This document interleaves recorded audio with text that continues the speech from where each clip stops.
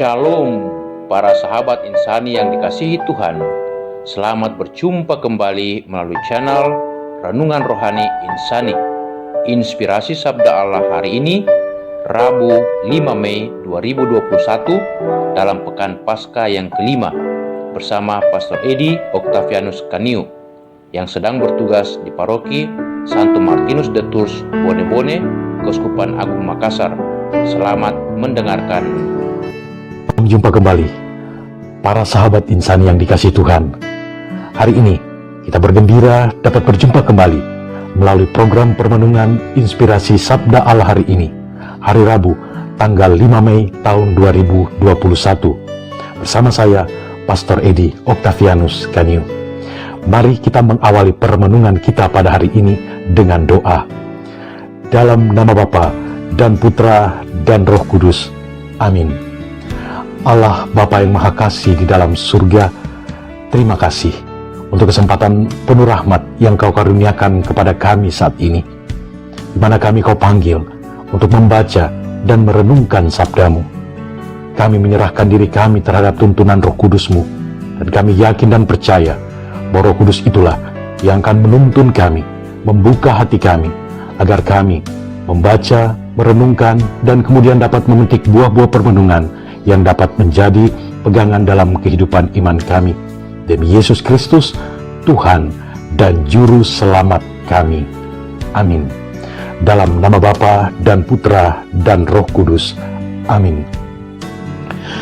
Marilah kita membaca Injil hari ini, yakni Injil Yohanes pasal 15 ayat 1 sampai dengan 8. Akulah pokok anggur yang benar, dan Bapakulah pengusahanya. Setiap ranting padaku yang tidak berbuah dipotongnya, dan setiap ranting yang berbuah dibersihkannya, supaya ia lebih banyak berbuah. Kamu memang sudah bersih karena firman yang telah kukatakan kepadamu. Tinggallah di dalam aku dan aku di dalam kamu.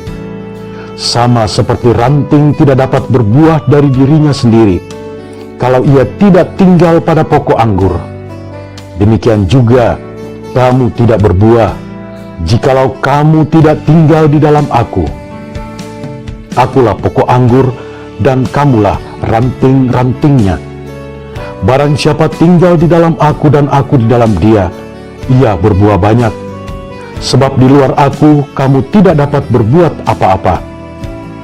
Barang siapa tidak tinggal di dalam aku, ia dibuang keluar seperti ranting dan menjadi kering. Kemudian dikumpulkan orang dan dicampakkan ke dalam api lalu dibakar. Jikalau kamu tinggal di dalam aku dan firman-Ku tinggal di dalam kamu, mintalah apa saja yang kamu kehendaki, dan kamu akan menerimanya.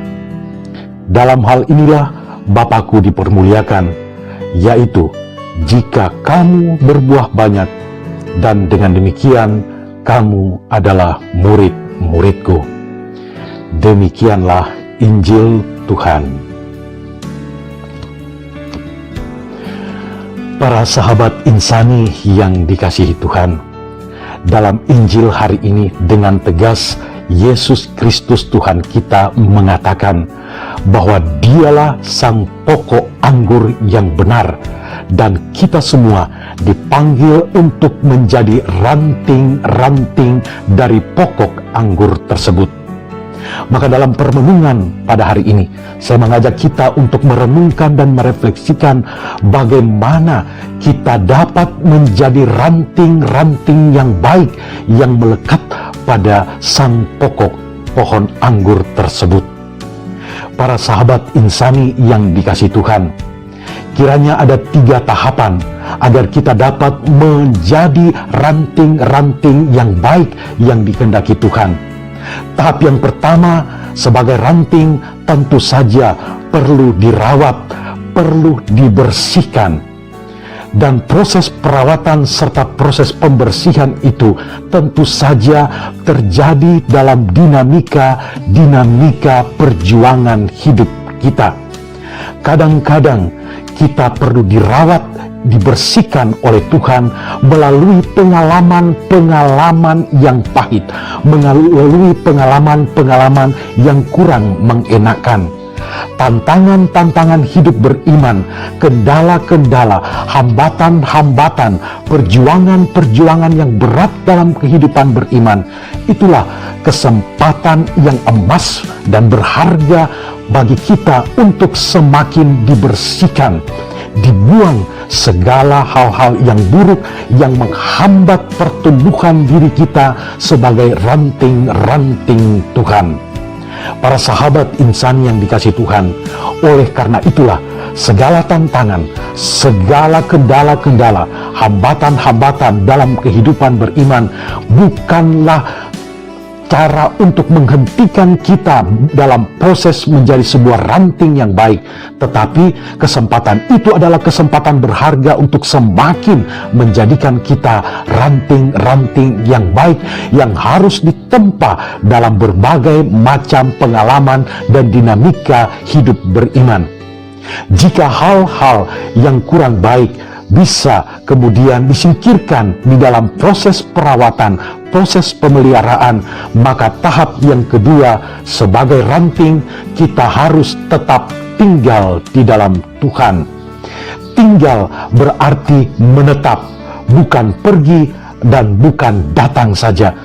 Bukan berarti juga hanya sekedar singgah saja, hanya sekedar menginap saja.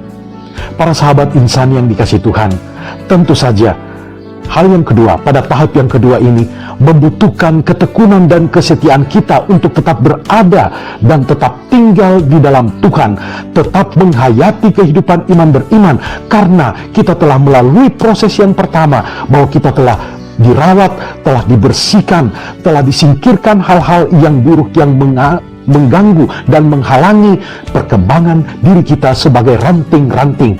Pada saat kita tetap tinggal di dalam Tuhan, maka kita akan senantiasa dapat terus bertumbuh menjadi ranting-ranting yang baik, ranting-ranting yang diharapkan oleh Tuhan, bukan ranting yang akhirnya dipotong, dicampakkan orang lalu dibakar.